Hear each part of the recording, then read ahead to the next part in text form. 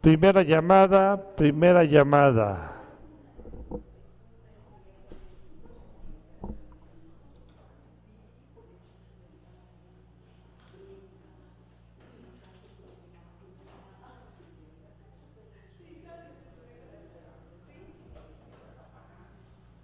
Segunda llamada.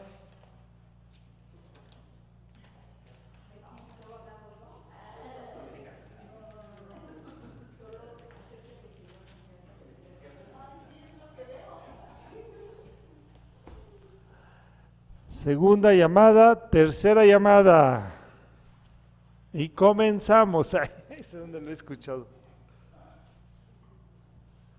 Bueno, hermanos, pues, la Iglesia Bíblica Atlanta les da la bienvenida a todos ustedes. Gracias a Dios porque el Señor puso en su corazón poder estar aquí. Y bueno, pues nos ponemos de pie para hacer una oración, para dar inicio. Y a ti, Padre bendito, te damos las gracias, Señor mío, porque eres el Dios omnipotente, omnisciente, omnipresente, Señor mío. Eres el Dios del universo, Señor mío, y de todo lo que hay en él. Gracias te damos, Señor Padre bendito, por la oportunidad de que estemos aquí, Padre bendito, para alimentar el Espíritu que nos has dado, Señor mío, para poder aprender de tu palabra, Señor Padre Santo. Gracias te pido por las alabanzas, el servicio, la predicación, que sean para la gloria y honra tuya, Señor Padre Santo.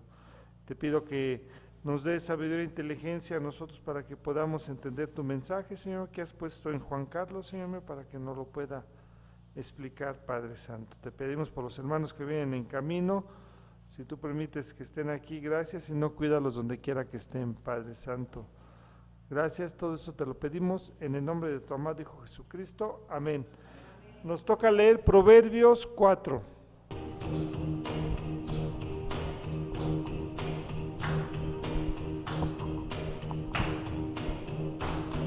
Doy gracias al que me fortaleció, a Cristo Jesús, nuestro Señor, porque me tuvo por fiel. Poniéndome en el ministerio, habiendo yo sido antes blasfemo, perseguidor e injuriador, mas fui recibido a misericordia, porque lo hice en ignorancia, en incredulidad.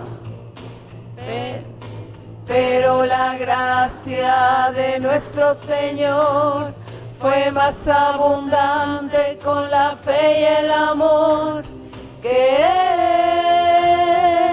es en Cristo Jesús.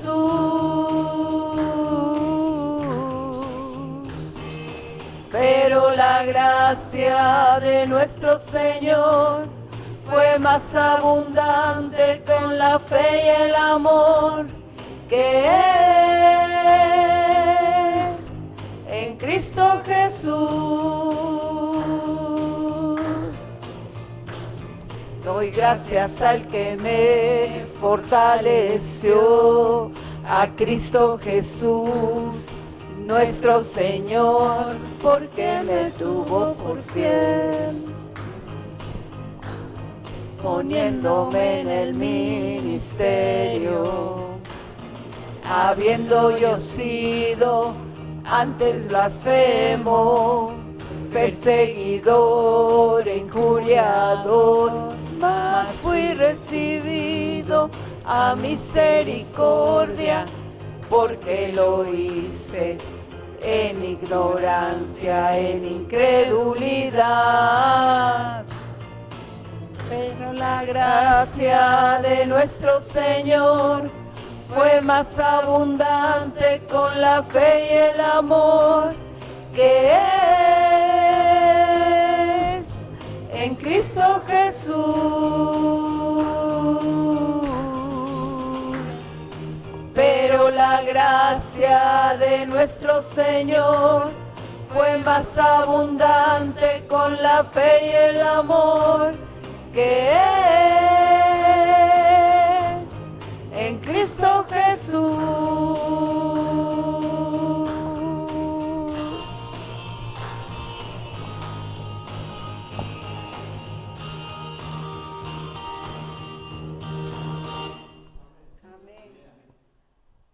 Este canto ya lo hemos hecho algunas veces. ¿Cómo ven ustedes el mundo? En decadencia, en Cada decadencia. día peor, ¿verdad? Bien dicen que este mundo tiene fecha de caducidad y ya se empieza a descomponer más, como que ya llega ese día y nosotros tenemos algo que decirle al mundo, que es compartir el Evangelio. Amén. El mundo de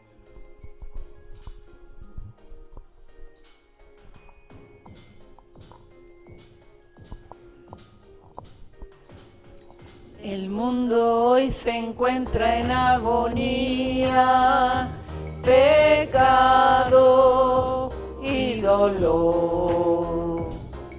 Con guerras, odios y envidia sufre, sin Dios y sin amor, sin amor, sin amor. Tenemos buenas nuevas para darles de Jesús el Salvador. Con hechos y palabras demostremos la verdad del gran amor del Señor.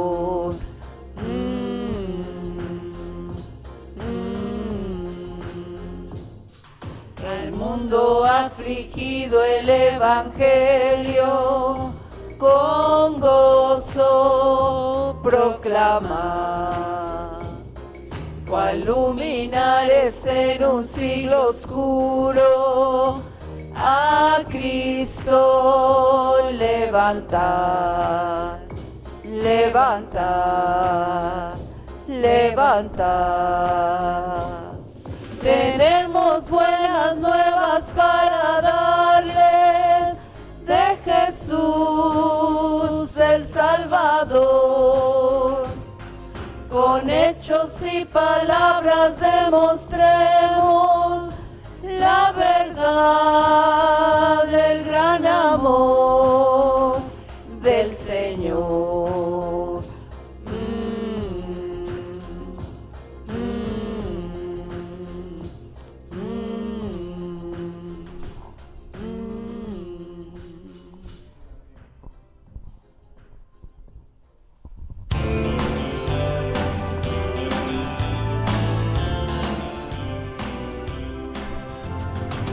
Mi pensamiento eres tú, Señor. Mi pensamiento eres tú, Señor.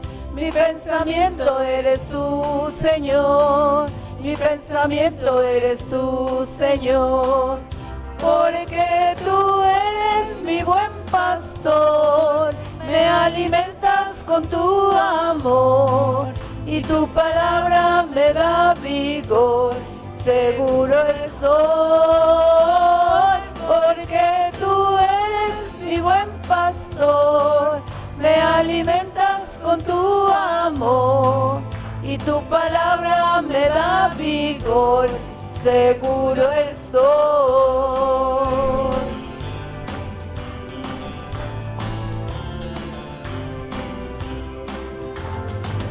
Mi pensamiento eres tú, Señor.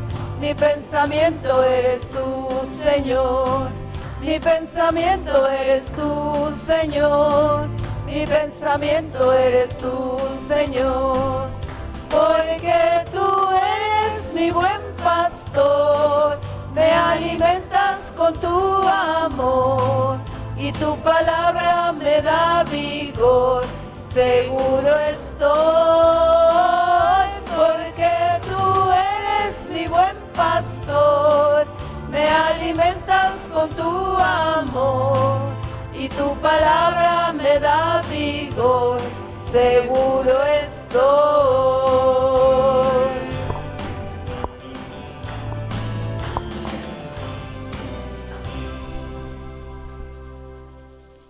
Amén.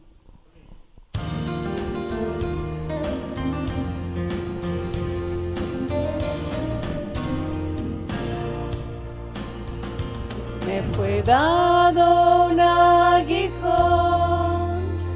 en mi carne, un mensajero de Satanás que me abofeté. Respecto a lo cual 3 veces he rogado al Señor que lo quite de mí, que lo quite de mí, que lo quite de mí. Y me ha dicho: bástate mi gracia, porque mi poder se perfecciona en la debilidad.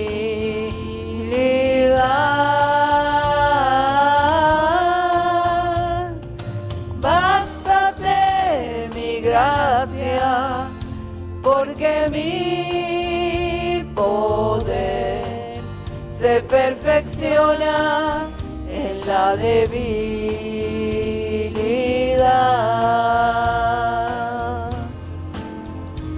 Por tanto, de buena gana me gloriaré más bien en mis debilidades, para que repose sobre mí su poder. Por lo cual, por amor a Cristo, me gozo en las debilidades, en afrentas, en necesidades, en persecuciones, en angustia, porque cuando soy débil, entonces soy fuerte. Bástate mi gracia, porque mi poder se perfecciona en la debilidad.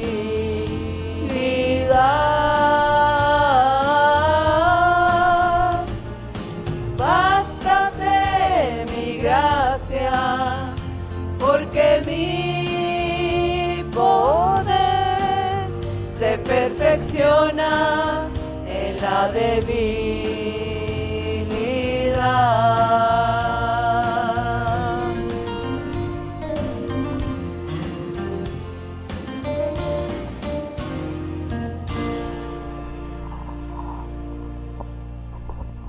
Amén, amén. Bueno, hermanos, tenemos...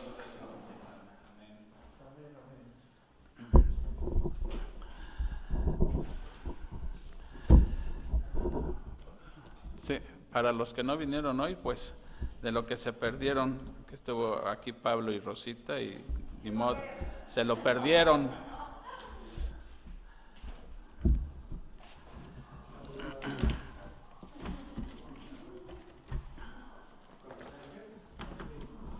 Colosenses, hoy vamos a terminar el capítulo 1.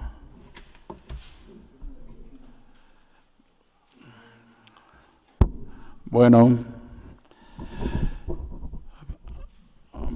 pues como dicen ustedes, ahí vamos a ver terminar el capítulo 1 de Colosenses.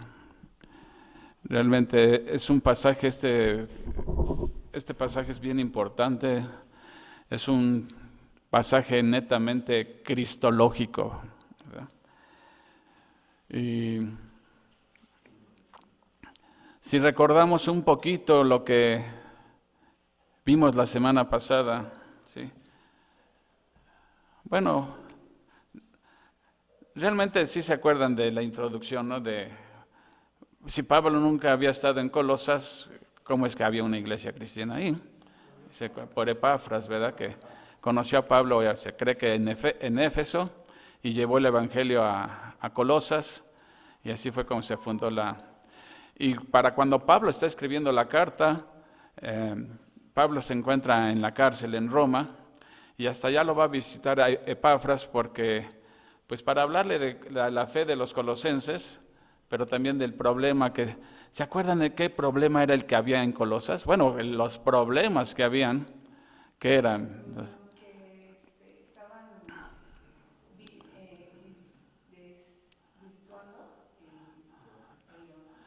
Bueno, pero era porque había un cóctel de herejías, muchas herejías había ahí, muchos falsos maestros, y Epafras temía que fueran a contaminar a los colosenses, era el riesgo que se corría, que se contaminaran, y por eso va y busca a Pablo para decirle, pues mira, están allá los gnósticos, diciendo que se requiere un conocimiento súper especial para poder conocer a Dios. Que la obra de Jesucristo no es suficiente, tienen que tener un conocimiento que ellos les van a dar, ¿sí? Estaban también los judaizantes, los judíos, que estaban enseñando, la obra de Cristo no es completa, tienes que aparte circuncidarte, observar días, cumplir la ley. O sea, en uno era obras, fe, más un conocimiento.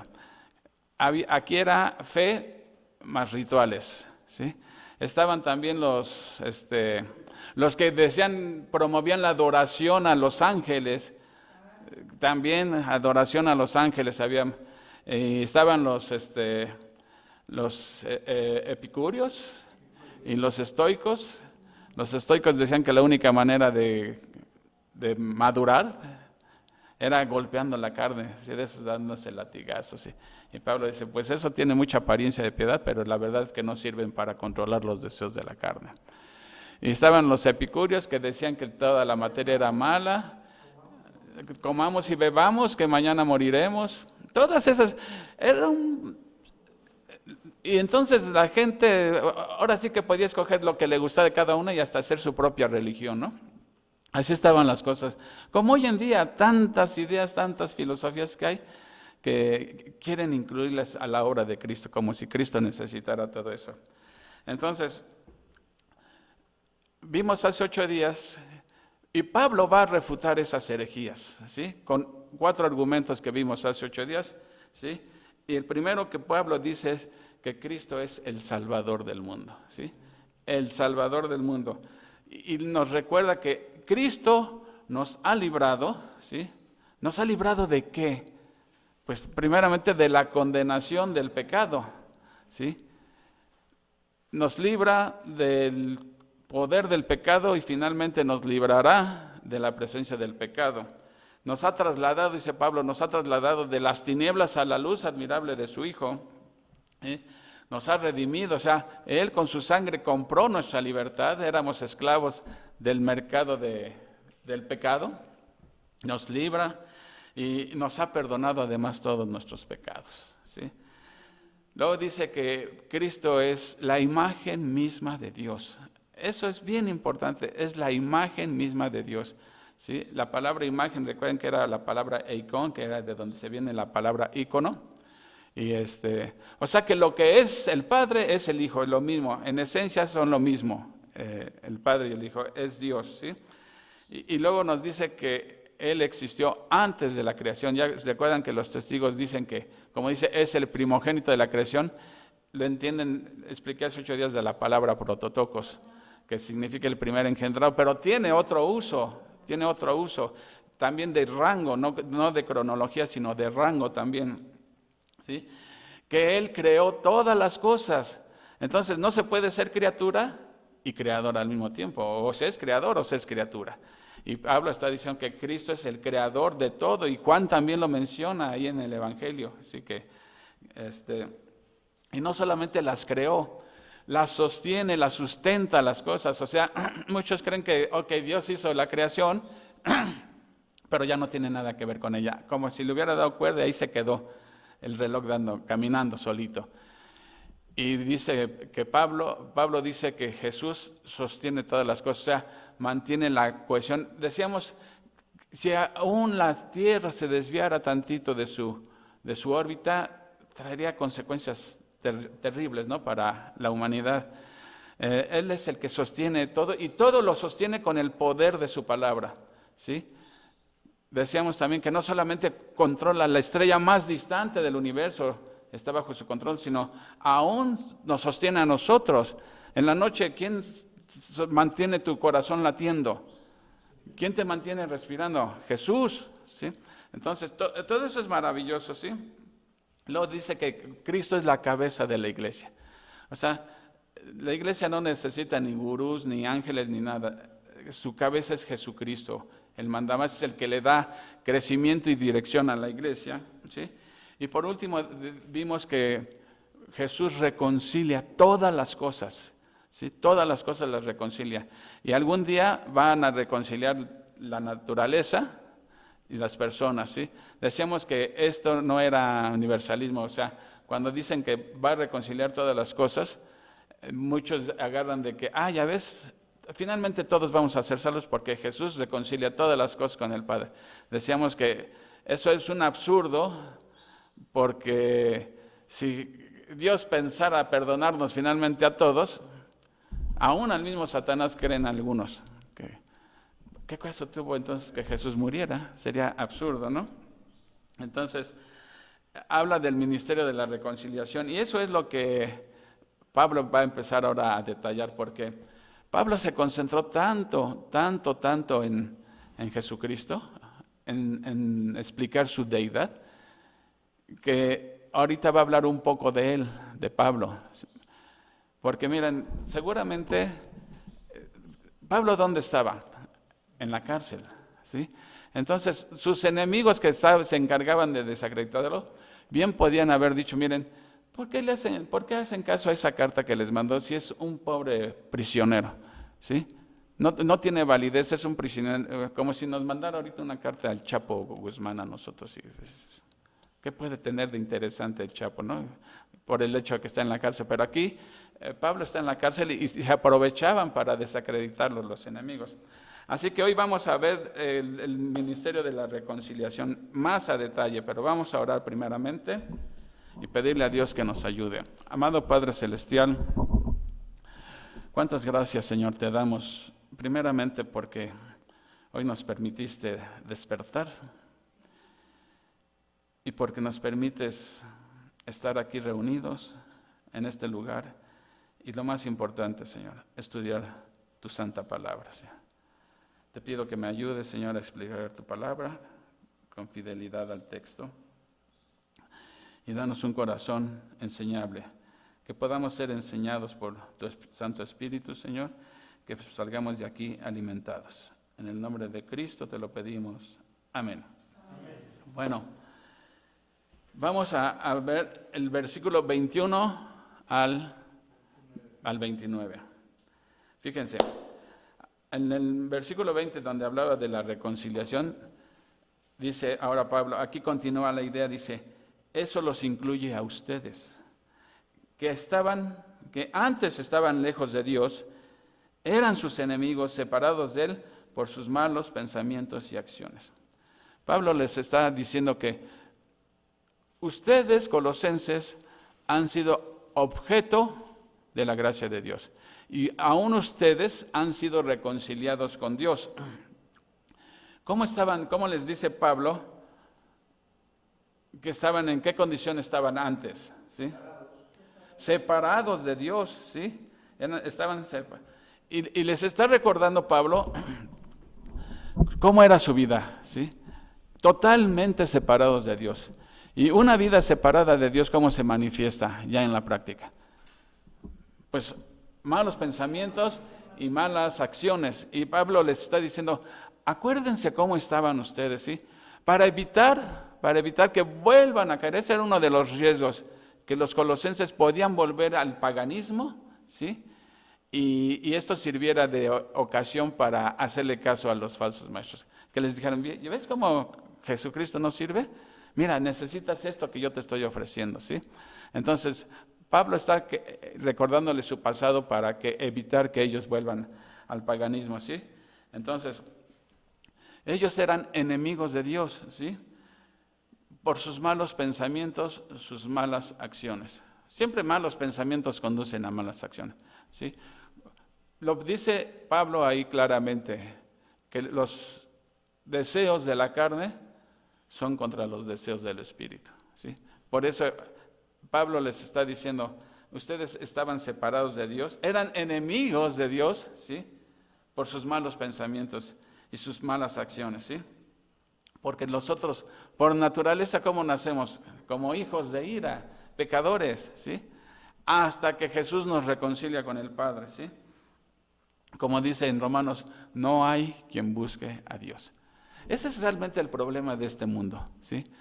Dice, no hay quien busque a Dios, hasta que Dios nos busca y nos encuentra a nosotros, ¿sí? Dice, pero, ahí viene el pero, el contraste, pero ahora Él los reconcilió consigo mediante la muerte de Cristo en su cuerpo físico. Como resultado los ha trasladado a su propia presencia y ahora ustedes son santos, libres de culpa y pueden presentarse delante de Él sin ninguna falta. Vean qué contraste de cómo era su pasado y cómo estaban ahora, ¿sí? Dice, ahora Él los reconcilió mediante la muerte de Cristo. El estar separados de Dios, eso era parte del pasado. Ahora hay reconciliación, hay paz, ya, como dice Pablo en Romanos 5:1, justificados pues por la fe, ¿qué tenemos? Paz para con Dios, ¿sí? ¿Y cómo se hizo posible esa reconciliación? ¿Qué fue lo que hizo posible la reconciliación? Aquí Pablo lo está diciendo claramente, mediante la muerte de Cristo, y enfatiza en su cuerpo físico. ¿Por qué Pablo enfatiza en su cuerpo físico? Acuérdense que algunos negaban la deidad de Cristo, otros negaban su humanidad. Y decíamos hace 8 días que si Jesús va a ser nuestro representante en la cruz, tiene que ser como nosotros. O sea que tenía que ser humano, si no, no podía ser nuestro representante. O sea, un ángel no podía ser nuestro representante porque no somos iguales. Teníamos que ser iguales, ¿sí? Y aquí Pablo enfatiza que fue en su cuerpo físico, porque habían los docetistas, una herejía que existía, negaban la humanidad de Cristo, que era nada más la pura apariencia.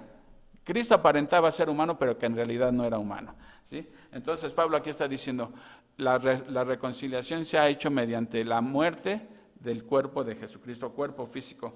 Y como resultado los ha trasladado a su propia presencia. O sea, ¿cómo estaban antes? ¿Cómo están ahora? Dice aquí, santos, santos. Esa palabrita santo, ¿qué significa? Apartado para Dios. No significa que ya no pecaban, porque dice simplemente la palabra santo, no se refiere a alguien que vivió sin pecar y que la iglesia lo canoniza y que hacía milagros. No, ese santo dice, libres de culpa, porque ya ¿quién puede acusarte ya delante de Dios? Ya nadie, porque ya todos tus pecados ya fueron pagados por Él. Y pueden presentarse delante de Él sin ninguna falta. Obviamente, nosotros estamos ahorita en un estado de perfección, o sea, nos ha reconciliado ya, pero totalmente, que digamos totalmente, no. ¿Cuándo va a ser esto? Cuando venga el Señor, ¿verdad? Que nos redima nuestros cuerpos ya también. Ya entonces sí, ya no va a haber la presencia del pecado, ¿sí? Entonces, el propósito de la reconciliación finalmente es la glorificación, ¿sí? Que el Señor nos presente delante del Padre sin ninguna falta, ¿sí? Pero dice aquí, hay algo que debe cumplirse, ¿sí? Dice el versículo 23, pero deben seguir creyendo esa verdad y mantenerse firmes en ella. No se alejen de la seguridad que recibieron cuando oyeron la buena noticia, es decir, el Evangelio. Esa buena noticia ha sido predicada por todo el mundo y yo, Pablo, fui designado servidor de Dios para proclamarla. Pablo les está advirtiendo que deben de evitar volver a lo mismo, ¿sí? Necesitan seguir creyendo esa verdad, ¿sí? Porque si ellos caían, si regresaban a su antigua vida, ¿sí? Entonces estaban corriendo el riesgo de que se aprovecharan de ellos estos falsos maestros, ¿sí? Ahora, nos está diciendo aquí que deben seguir creyendo, pero Pablo lo está poniendo como si fuera una condición para ser salvo. No que somos salvos ya, salvos, una vez salvos, salvos para siempre. Pablo les recuerda que si son verdaderos creyentes, van a seguir perseverando en la fe. Mira, muchas veces un cristiano cae, pero se vuelve a levantar. De hecho dice, cae, pero se vuelve a levantar. No abandona la fe, ¿sí? Hemos conocido personas que abandonan la fe, que hace años andaban bien metidos, siguiendo al Señor, y ahora andan en el vil paganismo, Entonces, ahí, ¿qué pasó? No se puede decir que han perdido su salvación, más bien indica que nunca fueron creyentes. Entonces Pablo les está recordando que un creyente genuino va a perseverar en la fe. No importa cómo le esté yendo en su vida, ni que le esté lloviendo de pruebas en su milpita, va a seguir perseverando en la fe, ¿sí? No, nos dice que este evangelio, la buena noticia, se predica por todo el mundo. Obviamente ahí Pablo está utilizando un eufemismo, una hipérbole, ¿sí? Porque acá no había llegado el evangelio todavía. Era el mundo conocido que había hasta entonces. El imperio romano, pues, ¿sí? Que al mar Mediterráneo le llamaban el lago romano, porque todo el imperio, todo lo que abarcaba, ¿sí? Ahora, dice que esa buena noticia ha sido predicada por todo el mundo y Pablo fue designado por Dios como un proclamador, un servidor de Dios, un ministro, ¿sí? Una de las cosas con las que atacaban a Pablo era, si Pablo fuera realmente un apóstol de Dios, ¿por qué sufre tanto? ¿Por qué le llueve en su milpita duro? ¿Sí? Todo como cantamos el aguijón, afrentas, persecuciones, peligros de río, etcétera. ¿Por qué le va tan mal a Pablo? Y aparte hasta en la cárcel está y lo azotan y todo. No puede ser apóstol de Dios, ¿no? Porque ¿cuánto sufre Pablo? Pero Pablo les va a voltear la tortilla, ¿sí? Y vean lo que dice, donde dice que en el 24 dice, me alegro cuando sufro en carne propia por ustedes, porque así participo de los sufrimientos de Cristo que continúan a favor de su cuerpo, que es la iglesia. Aquí me gusta más la traducción de la Reina Valera que dice, ahora, aquí en la NTV la omiten esa palabra ahora, dice, ahora me gozo en lo que padezco por vosotros y cumplo en mi carne lo que falta de las aflicciones de Cristo por su cuerpo, que es la iglesia. Cuando Pablo dice ahora, tenemos que entender esa palabra. Pablo está hablando en el momento en que está escribiendo la carta. Y cuando está escribiendo la carta, Pablo no se encontraba de vacaciones, ¿no? Ni siquiera estaba en un viaje misionero. ¿En dónde estaba Pablo? En la cárcel, ¿sí? En la cárcel. Pero fíjense, en lugar de quejarse, dice, me alegro cuando sufro en carne propia por ustedes, ¿sí? Pablo estaba pasando muchas penalidades, pero en vez de quejarse, Pablo se goza, ¿sí? Ahora, dice, ¿por qué? Dice, porque cumplo en mi carne en lo que falta de las aflicciones de Cristo. Esa expresión está muy interesante. Dice, porque cumplo en mi carne en lo que falta de las aflicciones de Cristo. Seguramente aquí Pablo está meditando de cuántos sufrimientos tuvo Jesucristo en su ministerio terrenal. Muchas cosas, ¿sí? Pero dice Pablo que faltan más aflicciones, ¿sí?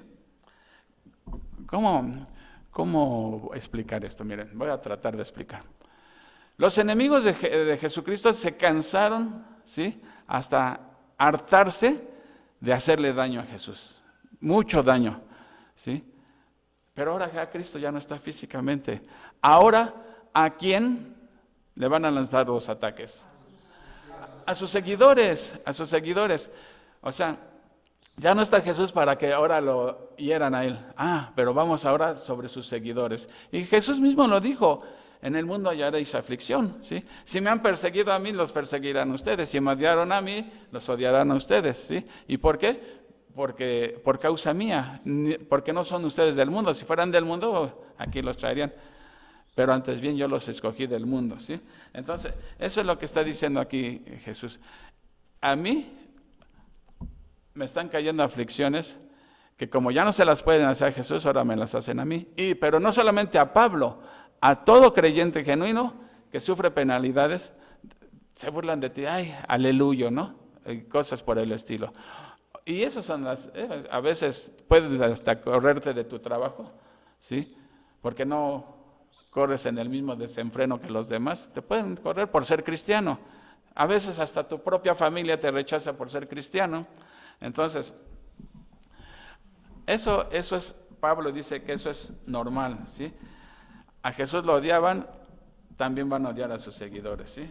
Entonces, pero Pablo está consciente de que su sufrimiento, en vez de desanimar a los colosenses, va a exaltar su fe, a fortalecer su fe, porque dice, cumple en mi carne en lo que falta de las aflicciones de Cristo. Así que Pablo está consciente de que su sufrimiento va a redituar en beneficio de la iglesia, ¿sí? Ahora, estas penalidades o sufrimientos no quiere decir que el valor expiatorio de Cristo está insuficiente, ¿sí? Que faltaron cosas para añadirle, ¿sí? Miren, sabemos que la obra de Cristo es completa, no necesita nada. Simplemente sufrimos penalidades no para completar la obra de Cristo, ¿sí? Es como consecuencia de ser cristianos. No quiere decir que hacen falta sufrimientos para completarla, porque si no hasta el purgatorio uno podría decir, entonces el purgatorio sí sirve de algo. Ni siquiera existe el purgatorio, ¿sí? Aunque muchos crean que existe el purgatorio, ¿sí? Ay, voy a sufrir en el purgatorio como sufrió Jesús, pero finalmente Él va a ver que sufro y me va a sacar de ahí. Esas son tonterías realmente, ¿sí? Pero Pablo, vean lo que dice, Dios me ha, en el 25, Dios me ha dado la responsabilidad de servir a su iglesia mediante la proclamación de todo su mensaje a ustedes. ¿Cuál era la chamba de Pablo? Proclamar el evangelio.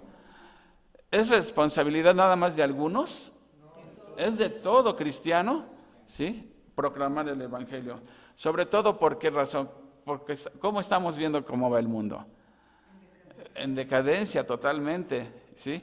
Y la gente necesita oír una buena noticia, que el perdón de pecados por medio de Cristo. Ya si creen o no creen, pues ya no es tu problema, que crean o no crean, ¿sí? Entonces, Pablo dice, Dios me dio una misión que es proclamar el evangelio, ¿sí? Ahora, el evangelio, aquí Pablo va a decir otra cosa bien interesante, dice 26, este mensaje, ¿cuál mensaje? El evangelio. Se mantuvo en secreto durante siglos y generaciones, pero ahora se dio a conocer al pueblo de Dios.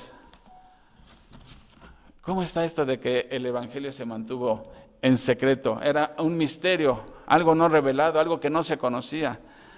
Por ejemplo, en el Antiguo Testamento habla de la salvación recuerden, el pueblo de Dios era el pueblo judío, ¿sí? Los demás separados de Dios. Dios no les dio su ley a otros más que a los judíos, ¿sí? Era el Dios de los judíos. Pero en el Nuevo Testamento se ve que van a ser salvos los gentiles. En el Antiguo Testamento. ¿No hablaba de la salvación de los gentiles? No, desde Abraham, cuando le dijo, de tus simientes serán benditas todas las naciones. Entonces ya los judíos sabían que iba a haber pueblos gentiles, o sea, pueblos no judíos, que iban a ser salvos, que iban a adorar al mismo Dios. En Isaías lo vimos también, ¿sí? Ellos sabían que sí iba a haber gentiles salvos. Lo que no sabían era cómo es que iban a ser. Entonces, ellos nada más sabían que... Entonces, ¿qué pasaba? En el Nuevo Testamento alguien que quería adorar al Dios de los judíos, ¿qué tenía que hacer? Exacto, era un prosélito, ¿sí? Se convertían al judaísmo. Ellos pensaban que así era como iban. Pero aquí el Evangelio está diciendo otra cosa, ¿sí? Este mensaje ya existía en la mente de Dios y existía en la profecía, pero aún no en la realidad, ¿sí?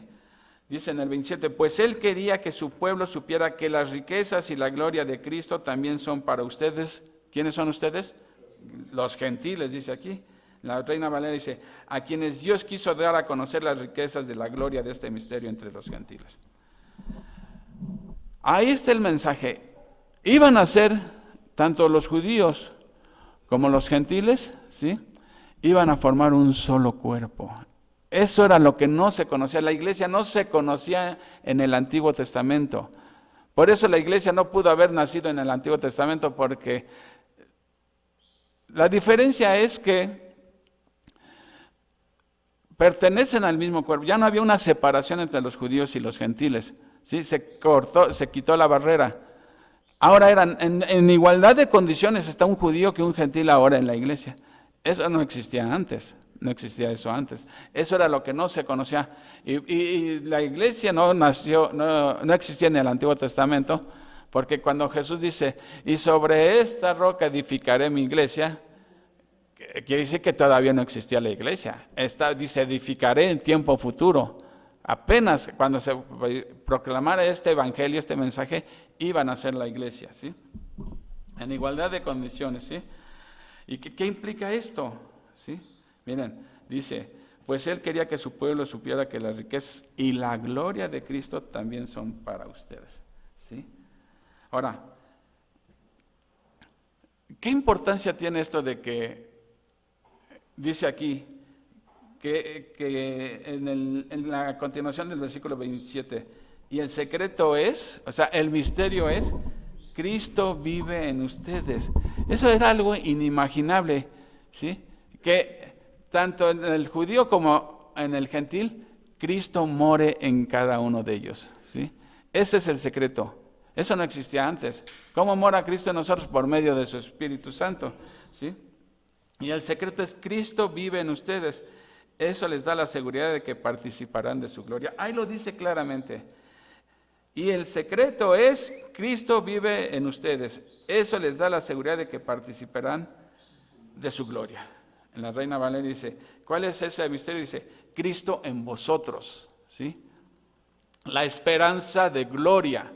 La palabra esperanza en el Nuevo Testamento significa certeza. Entonces, ¿de qué tenemos la certeza? La certeza de la gloria. Así, exactamente, o sea, Pablo les está diciendo, mira, Cristo vive en ti y eso te da la certeza de que vas a ser glorificado, ¿sí? Algún día vas a ser glorificado. De hecho, no en Romanos dice, a los que antes conoció, a estos también predestinó, y a los que predestinó, a estos llamó, y a los que llamó justificó, y a los que justificó glorificó tiempo pasado, y es algo que todavía no sucede. Eso va a suceder cuando el Señor venga y nos dé un cuerpo glorificado, cuando resucitemos o seamos raptados, ¿sí? Eso va a pero ¿por qué está en tiempo pasado si todavía no sucede? Porque para Dios ya eso es un hecho, ¿sí? Y aquí Pablo está repitiendo la misma idea. El hecho de que Cristo vive en ti te da la garantía, ¿sí?, de que serás glorificado, ¿sí? En Efesios también dice, nos ha dado las arras del Espíritu, ¿sí?, la garantía de que resucitaremos. Entonces, es un mensaje bien importante el Evangelio, ¿sí? Es la mejor noticia que puede escuchar alguien en este mundo, ¿sí? El Evangelio dice aquí, ahora en el 28, si Pablo está hablando de la importancia de este mensaje, ¿sí?, hay que proclamarlo, ¿sí? Y dice, y esa es mi chamba, ¿sí? Dios me ha hecho ministro del Evangelio como nos ha hecho a cada uno de nosotros. O sea, traemos un arma poderosa, el poder de Dios en el Evangelio. Entonces, dice en el 28, por tanto, hablamos a otros de Cristo. Advertimos a todos y enseñamos a todos con la sabiduría que Dios nos ha dado. Queremos presentarlos a Dios perfectos en su relación con Cristo. Si eso hace el Evangelio, que nos saca de nuestra condición de pagano, ¿sí?, de la miseria, del lodo, de donde nos saca el Señor cuando no conocemos de Cristo, y nos vuelve santos, irreprensibles y sin mancha, está en una situación contraria a eso. ¿sí? No podemos entonces dejar de hablar. Por eso Pablo dice, ante la importancia de este mensaje, yo tengo que hablar. Y aquí, como dice, advertimos a todos y enseñamos a todos. O sea, advertir quiere decir que uno debe, si tú ves que alguien va en el camino equivocado, debes de advertirle. ¿Sabes qué? El daño, el mal que te espera por rechazar a Cristo, por no conocer de Cristo, etcétera, es advertirles, ¿sí? Si alguien, ¿qué haces tú si ves a alguien que va por el camino torcido? Le adviertes, ¿sabes qué? Hay caminos que parecen rectos, pero el final es camino de muerte, ¿sí? Entonces, eso va dirigido a los que no conocen. A los que no conocen a Cristo, advertirles. Y enseñar a todos quiere decir a los que ya son creyentes, ¿qué hacen? Enseñarles la palabra de Dios, ¿sí? Cuando recibimos a Cristo tenemos que ser enseñados en la palabra. Y eso hacía Pablo. Advertía de lo que implica no creer en Cristo y enseñaba a los que ya eran creyentes, ¿sí? ¿Con qué propósito? Para presentarlos a Dios perfectos en su relación con Cristo, ¿sí? ¿Cuál es el propósito entonces? Presentarnos perfectos ante Dios. Pero como decíamos, ahorita, aunque ya no somos los de antes, no somos perfectos. Pero esta palabra perfecto tampoco significa alguien que ya no peca, porque algún día va a suceder eso, no pecaremos ya más, ya en la glorificación ya no pecaremos. Pero también la palabra significa maduro, ¿sí? Telión, acuérdense, maduro. Y eso sí tenemos que admitir que vamos madurando poco a poco. Unos más, otros más lentos, otros más rápido, pero el propósito es ir madurando cada uno de nosotros en nuestra relación con Cristo. O sea, tan fácil como entender. ¿Acaso somos igual que cuando nos convertimos hace tantos años? ¿No ha habido cambios en nuestra vida? Unos más marcados, otros no tan marcados, pero van cambiando las personas. Ese es el poder del Evangelio, lo que hace. Nos va transformando de gloria en gloria a la imagen de Jesucristo. Si uno voltea para atrás, dices, pues yo sigo siendo el mismo de hace 20 años. Híjole, yo creo que ahí entonces hay un problema, no has entendido bien. Porque al que salva a Jesús, lo va santificando, ¿sí? Sería como decir ser cristiano, pero no he cambiado nada, es como negar el poder transformador de Jesucristo, ¿no? Entonces, ¿en qué me quedé? En el 28, por tanto hablamos a otros de Cristo, advertimos a todos y enseñamos a todos con la sabiduría que Dios nos ha dado. ¿Cómo podemos utilizar la sabiduría de Dios? Pues con esto es con lo que hay que enseñar a las personas, con la Biblia, ¿sí? No con fábulas ni como los falsos maestros que quieren enseñarte con enseñanzas de su cosecha. Lo único que necesitamos para enseñar a alguien y para advertir a alguien es la Biblia. Es todo lo que se necesita. ¿No recuerdan que dice 1 Timoteo 3, 16, 17? Toda la Escritura. ¿Y para qué sirve? Es útil para enseñar, corregir. ¿Entienden esos 4 verbos? Es útil para enseñar, es útil para redarguir, es útil para corregir y es útil para instruir en justicia. No lo sabemos, pero llevarlo a la práctica con una vida diaria está muy difícil. Bueno, no es sencillo, pero entonces no podemos negar el poder santificador de Dios. O sea, es difícil, te voy a decir por qué. Por la carne que todavía mora en nosotros. Y la carne se encanta pecar. Y ahí viene la lucha con el Espíritu. Pero ¿qué hay que hacer? Seguir fortaleciéndose en la fe para ir derribando esos hábitos pecaminosos, ¿no? Ahora, cuando dice es útil para enseñar, quiere decir que la Biblia nos muestra el camino correcto. La Biblia sirve también cuando ya te saliste del camino, te redarguye, te muestra dónde está tu error y te muestra cómo regresar al camino, el perdón, el arrepentimiento, para volver al camino.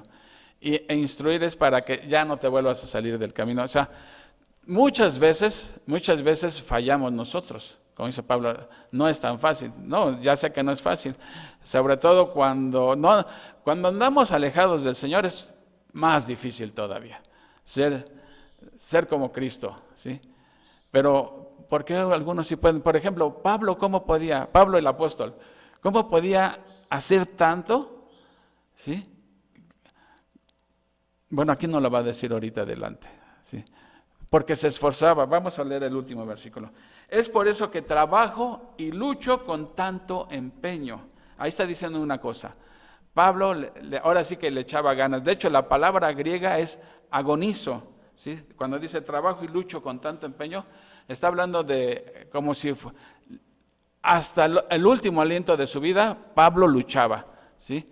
Eso era por un lado, o sea, no se la pasaba maqueando, él se esforzaba, ¿sí? Pero dice aquí, apoyado en el gran poder de Cristo que actúa dentro de mí. Entonces, ¿cuál era el secreto de Pablo? Uno, le echaba ganas, luchaba, ¿sí? Y la otra, el poder de Cristo, ¿sí? Ese poder de Cristo está también disponible para nosotros. O sea, no se trata nada más de en la carne estar. A veces uno quiere hacer las cosas en la pura carne. ¿Y resultan? No resultan, ¿no? Sin depender de Dios. Otros se la pasan ore y ore y ore pidiéndole a Dios, pero tampoco le echan ganas. Entonces debe ser las dos. Como dice Pablo, yo lucho, me esmero, hago lo imposible, ¿sí? Por seguir las instrucciones de Dios. Pero solo no puedo, necesito el poder de Cristo, ¿sí? Y aquí está diciendo eso, apoyado en el gran poder. Como que eso es el binomio perfecto, ¿no? Echarle ganas, pero depender del poder de Dios, ¿sí? ¿Cómo podía Pablo hacer tantas cosas? Y hasta con un aguijón en la carne. Pues le da toda la gloria a Cristo que no le fallaba nunca, nunca. Entonces, fíjense, este pasaje, vean cuántas cosas nos está diciendo Pablo acerca de Cristo aquí. Yo creo que es el pasaje cristológico más marcado en la Biblia, este pasaje de Colosenses 1, ¿sí? Es un pasaje 100% cristológico que nos habla de quién es Jesús, ¿sí? Fíjense, yo me pongo a pensar un poco, sobre todo en Navidad, cuando se habla del nacimiento de Cristo. ¿Quién era en realidad ese bebé? ¿Quién era en realidad ese bebé que nació en un pesebre? Nació entre animales, ¿sí? Sujeto al cuidado de sus propias criaturas. O sea, el Dios del universo se hizo un bebé y estuvo sujeto al cuidado de los adultos, de los mayores, en este caso sus padres. Tenían que cuidarlo, cambiarle el pañal, etcétera, ¿sí? ¿Quién era ese bebé realmente? Bueno, ya Pablo nos los acaba de decir, el que nos libró. Ese bebé es el que Dios mismo que se hizo carne, ¿para qué? Para librarnos, ¿sí? Para trasladarnos al glorioso reino de Jesucristo, ¿sí? El que nos redimió, el que pagó con su sangre nuestros pecados, el que nos perdona todo al reconocerle como nuestro Salvador. Reconocemos y aceptamos que Cristo ha pagado ya por nosotros y por lo tanto hemos sido perdonados, ¿sí? Dice, ese bebé es el que ha existido eternamente, miren. Los que niegan la deidad de Cristo dicen que él es un ser creado. Y si es un ser creado, entonces no es eterno. Hubo un momento en el tiempo donde Cristo no estuvo. Ellos argumentan, ¿cómo se llamaba esta herejía? Arrianismo, por Arrio, que fue el que fomentó esa, ¿sí? Pero si Pablo nos está diciendo que Jesucristo es la imagen misma de Dios, ¿sí? Y si Dios es eterno, entonces, ¿cómo es Cristo entonces? Si Cristo es la imagen de Dios y Dios es eterno, entonces Cristo es eterno. Si habla de Padre eterno, hay Hijo eterno también. Miren, nosotros cuando empezamos a ser padres, Pablo, ¿tú cuándo te llamaron ya padre? Hasta que nació tu hija, en este caso. Hasta ahí fuiste padre. Hubo un tiempo en que no fuiste padre. Nos convertimos en padre hasta que nace nuestro hijo. Pero si se habla de Padre eterno, quiere decir que entonces tiene un Hijo eterno también. Y si Pablo está diciendo que Él es la imagen misma de Dios, entonces Cristo es eterno también. Entonces Pablo está refutando esas ideas de que, porque los gnósticos decían, no, Jesucristo no es un ser creado. Y ya vimos hace 8 días que no puede ser así, ¿sí? Nos dice Pablo que ese niño que estaba ahí en el pesebre fue el que nos creó. El que nos creó. Y no solamente a nosotros, es el creador de todo el universo. Increíble, ¿no? Que ese bebé sea tanto, ¿sí? Nos dice Pablo también que todas las cosas existen por Jesucristo. Por Él, por medio de Él y para Él son las cosas, ¿sí? Ese bebé del pesebre es el que sustenta el universo. Y aunque pareciera que este mundo está de cabeza, ¿sí? Está bajo el control del Señor. No se sale. Y algún día va a haber una armonía total, ¿sí? Nos dice que ese niño que estuvo en el pesebre, ¿sí? Es la cabeza de la iglesia también. Le llama también Pablo el primogénito de los muertos. ¿Qué dijimos hace 8 días? ¿Por qué dice el primogénito? La supremacía, ¿por qué? Porque es el único, no fue el primero en resucitar, ¿sí?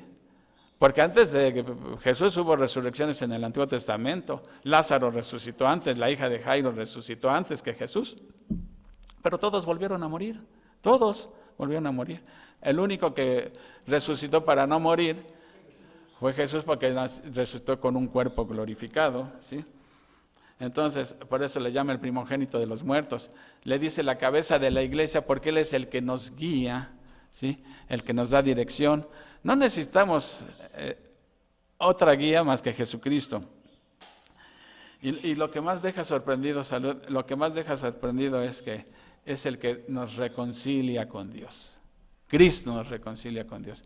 ¿Por qué? Porque nacemos en enemistad con Dios, ¿sí? No hay quien busque a Dios, dice Pablo ahí en Romanos, hasta que Dios nos busca a nosotros. ¿Por qué no buscamos a Dios? Porque dice Pablo en Efesios, estamos muertos espiritualmente. Entonces, un muerto no puede reaccionar a nada hasta que Jesús le da vida a ese muerto. Podemos reaccionar, ¿sí? Entonces, y está diciendo también que algún día la creación va a estar en armonía con Dios, ¿sí? Así como vemos el mundo ahorita todo resquebrajado, que les digo tiene fecha de caducidad este mundo, algún día ya no va a estar así. Va a haber armonía tal que ¿qué va a pasar con el león y el cordero? Convivir, ¿sí? Un niño va a poder agarrar una víbora, ya lo vimos en Isaías, y no le va a pasar nada, va a haber armonía en la naturaleza, ¿sí? Eso nada más de imaginar eso es poner la piel chinita, ¿no? ¿Cómo va a ser algún día? Eso es lo que nos espera. Y todo eso es gracias a Jesucristo, ¿sí? Entonces, necesitamos proclamar el mensaje, ¿sí? Pero necesitamos conocer quién es Jesucristo en realidad. Y este pasaje nos lo explica claramente todo lo que es Jesucristo. Eso es conocer a Cristo, hay que conocerlo experimentalmente como tu único y suficiente Salvador. Mira, dice Pablo, yo soy ministro del Evangelio, ¿sí? O servidor, como dice en esta versión. Para ser un ministro del Evangelio, primero necesitas, ¿sí?, conocer el Evangelio, obviamente. Haber sido salvado por el Evangelio, ¿sí? Y proclamarlo a otros, dárselo a conocer a otros el Evangelio, ¿sí? Igualmente para que sean salvos. Eso es un siervo de Dios realmente, ¿sí? Entonces, ¿ustedes creen, si ya sabemos quién fue ese bebé que nació en un pesebre, quién fue? Emmanuel, Dios con nosotros, ¿sí? Dios con nosotros. Ese es en el que hemos puesto nuestra confianza, en el que hemos puesto toda nuestra fe. Entonces la pregunta es, ¿necesitamos toda esa sarta de herejías que ahora se escuchan, ¿sí?, que le quieren agregar algo a la obra de Cristo, principalmente obras? No necesitamos todo eso. Pablo está diciendo, no necesitamos nada de eso. El que tiene a Cristo está completo, no le falta nada, ¿sí? Lo único que necesitamos es fortalecer nuestra relación con Él día con día, porque todavía tenemos que luchar con la carne, ¿sí? Eso algún día va a suceder eso. Van a redimir nuestros cuerpos, ya no vamos a luchar con el pecado, ya no va a haber tentaciones, malos pensamientos, ya no va a haber nada de eso. ¿Por qué? Porque el pecado ya ha sido erradicado. Ahorita Dios hizo una creación perfecta. Era lo que ellos decían. Dios no pudo haber hecho esto porque Dios es perfecto y esta creación está imperfecta. Pero ¿qué fue lo que pasó? ¿Por qué lo perfecto ya no es perfecto ahora? Algo tuvo que haber pasado para que tengamos ahora este mundo. El pecado. ¿No dice Pablo que cuando Adán pecó, el pecado entró ya al mundo y con el pecado la muerte, por eso nos morimos, etcétera? Entonces, ¿creen ustedes entonces que necesitamos, un genuino cristiano necesita alguna enseñanza más o algún rito más? ¿Necesitan los 7 sacramentos? O no sé cuántos sean. ¿Son 7? Bueno, a como va la inflación, quizá ya subió a 7. ¿Sí? Pero no necesitamos nada de eso. Tenemos a Cristo como nuestro único y suficiente Salvador y en eso descansamos. En eso debemos descansar, porque Jesús no es cualquier cosa. Vean toda la descripción que nos ha dado Pablo en el puro capítulo 1, toda la descripción que nos ha dado acerca de quién es Jesucristo. Y en ese es en el que hemos confiado. Así que pamplinas, si creen ustedes que necesitamos algo más. Pamplinas, no lo necesitamos, ¿sí? No necesitamos más que a Jesucristo y lo único que necesitamos es conocerle cada día más, porque entre más conozcamos a nuestro Señor, más le vamos a obedecer. Y entre más le obedezcamos, más le amamos, ¿sí? Entre más le conocemos, más le vamos a amar. Y entre más le amamos, más le vamos a obedecer. Y entre más le obedezcamos, más estamos permaneciendo en Él. Jesús lo dijo, el que no permanece en mí, no es nada ya. Separados de mí, nada podéis hacer, ¿sí? Y entre más permanecemos en Él, ¿cuál es el resultado? Más fruto damos para su honra y para su gloria. Así que ahora ya sabemos quién es Jesús, ¿sí? No conocemos acerca de Cristo, conocemos a Cristo, porque muchas personas conocen acerca de Cristo sin conocer a Cristo realmente. La única manera de conocerlo es experimentalmente, poniendo nuestra fe, nuestra confianza en su sacrificio expiatorio, ¿sí? No necesitamos nada más. Vamos a orar. Bendito Dios, realmente nos quedamos atónitos, Señor, ante la grandeza de tu Hijo Jesucristo, Señor. ¿Cómo es posible que el Creador del universo se haya fijado en nosotros, Señor? Cuando no lo merecíamos, Señor. Cuando merecíamos todo lo contrario, Señor.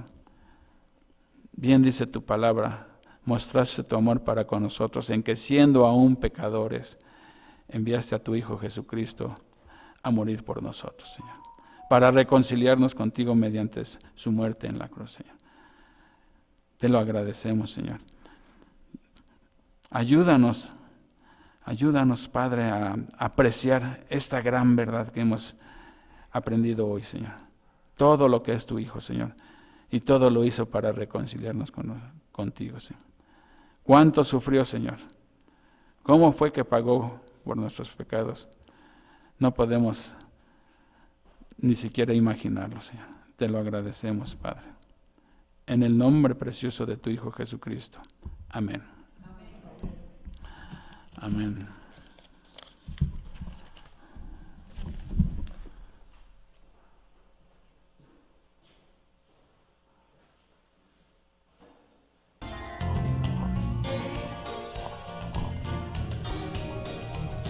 Si sientes compasión por tus amigos, entonces háblales de tu Señor.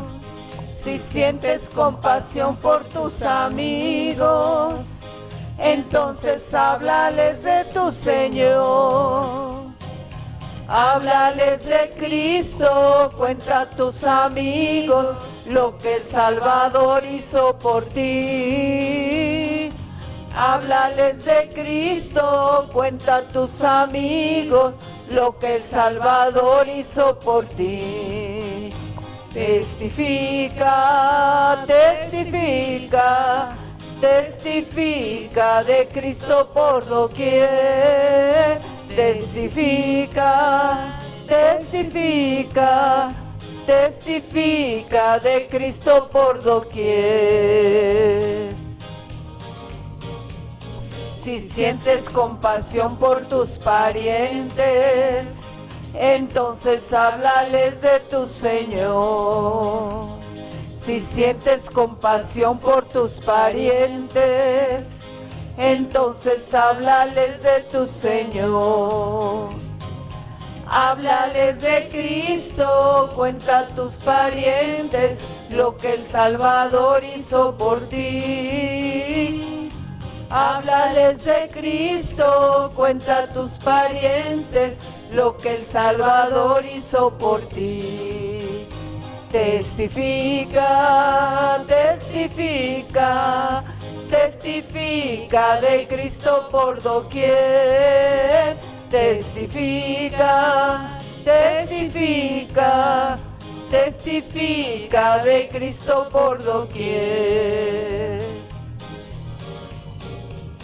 Si sientes compasión por tus vecinos, entonces háblales de tu Señor. Si sientes compasión por tus vecinos, entonces háblales de tu Señor. Háblales de Cristo, cuenta a tus vecinos lo que el Salvador hizo por ti. Háblales de Cristo, cuenta a tus vecinos lo que el Salvador hizo por ti. Testifica, testifica, testifica de Cristo por doquier. Testifica, testifica, testifica de Cristo por doquier.